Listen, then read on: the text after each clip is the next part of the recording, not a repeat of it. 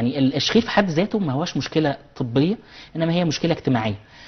ما بتضايقش الشخص اللي بيشخر لانه بيبقى نايم مش سامع طبعا، انما بتضايق اللي نايم جنبه سواء بقى مراته. لا بس ما بيبقاش مؤشر لحاجه مشكله حقيقيه. هو بيضايق، لا هو مش مشكله طبيه، يعني الناس اللي بتشخر. طب ليه ناس تشخر وناس لا؟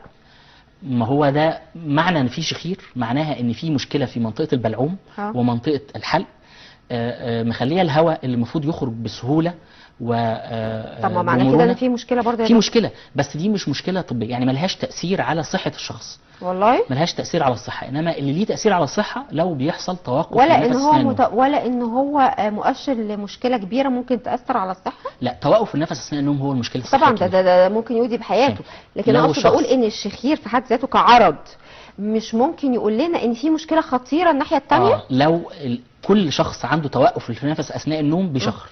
انما مش كل شخص بيشخر عنده توقف للنفس اثناء النوم. ففي ناس صحيين. طب لو ان هي اجتماعيا مضايقاها مثلا، طبعا لازم طبعا تعالجوها ازاي؟ العلاج بتاع الشخير مش علاج دوائي، هو علاج جراحي. علاج جراحي. احنا الاول المفروض لازم يتم تقييم الشخص علشان من الناحيه يعني نقيم الشخص كله، طوله، وزنه، مساحه عرض الرقبه قد ايه، وبعدين كشف على منطقه الحلق، اخبار اللوز وسقف الحلق والوهايه، يعني لازم الاول ياخد كشف كويس قوي. طب الجراحه ايه؟ فحص.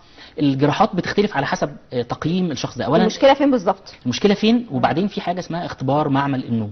الشخص اللي بيشتكي من الشخير او الشخير وتوقف النفس اثناء النوم، وانا بنصح كل الناس مفيش حد يخضع لجراحه علشان يعني الدكتور ينصحه بانه يعمل عمليه لعلاج الشخير او شخير وتوقف النفس اثناء النوم قبل ما يعمل الاختبار ده، اختبار معمل النوم. الاختبار ده بيروح فيه لمكان مجهز، بينام فيه 24 ساعه، بينام فيه 24 ساعه، وبيسجلوا بقى كل اللي بيسجل كل حاجه، عدد ضربات القلب والضغط ونسبه الاكسجين في الدم قد ايه، وبتسجل، ودي النقطه المهمه، النفس بيتوقف ولا لا، طبعا. وهل النفس ده بيتوقف علشان خاطر هو عنده انسداد في منطقه الحلق والبلعوم ولا هو بسبب تاني. وبعدين بعد تقييم الشخص ده بالكشف، ويمكن نحتاج المناظير ويمكن نحتاج اشعاعات، وبعد اختبار معمل النوم نتم نعرف هل الشخص ده عنده شخير بس ولا شخير وتوقف للنفس اثناء النوم. في ناس بتتضايق جدا من موضوع الشخير ده، فلازم ان احنا نجاوب عليها بشكل يعني كافي وافي يعني. الشخير علاجه علاج جراحي، ونسبه النجاح فيه كبيره قوي، ممكن توصل ل 80%. جراحي بقى بيبقى فيه ندبات ولا بتعملوها بمنظار ولا ايه؟ لا، بتتعمل من خلال الفم يعني. غالبا يعني المساله بتتضمن استئصال للسين اذا كان حجمهم كبير، استئصال اللحميه اذا كانت لسه موجوده، علاج المشاكل في الانف لو كانت بتشارك في الحكايه ده، استعدال الحاجز الانفي واصلاح القرنيات بتاعه الانف، استئصال جزء من سقف الحلق ومن الوهاء اللي هي المنطقه اللي بتهتز اللي بتعمل الصوت بالظبط.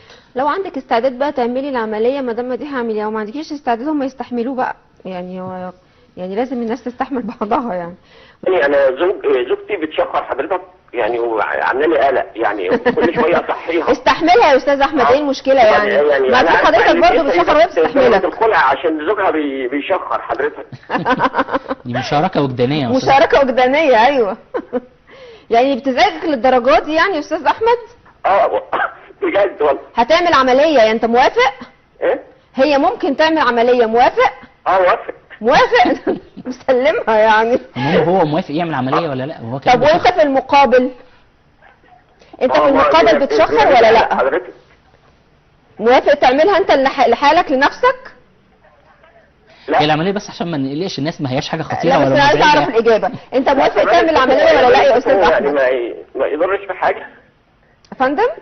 كل الرجاله بتشخر فعادي انت مش هتعمل عمليه، ده الطبيعي بتاعكم يعني. انا بشكرك جدا يا استاذ. انا بقول احنا في مجتمع ذكوري محدش يصدقنا يعني، الشخير بتحللوا لحالكم عادي، الرجاله يعني دي هيبه كده ويحسوا انه في راجل في البيت، لكن الستات لا، غلط خالص انها تشخر ولازم تعمل العمليه.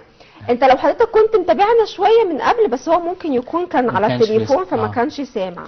فسريعا بس حضرتك تقول له الاجابه مره ثانيه. هو احنا بس محتاجين فحص لزوجة حضرتك او لحضرتك شخصيا، وبعدين نعرف ايه فين المشكله، فين المكان اللي فيه الضيق اللي بيسبب ان الوهاء وسقف الحلق يتحركوا ويعملوا الصوت بتاع الشخير.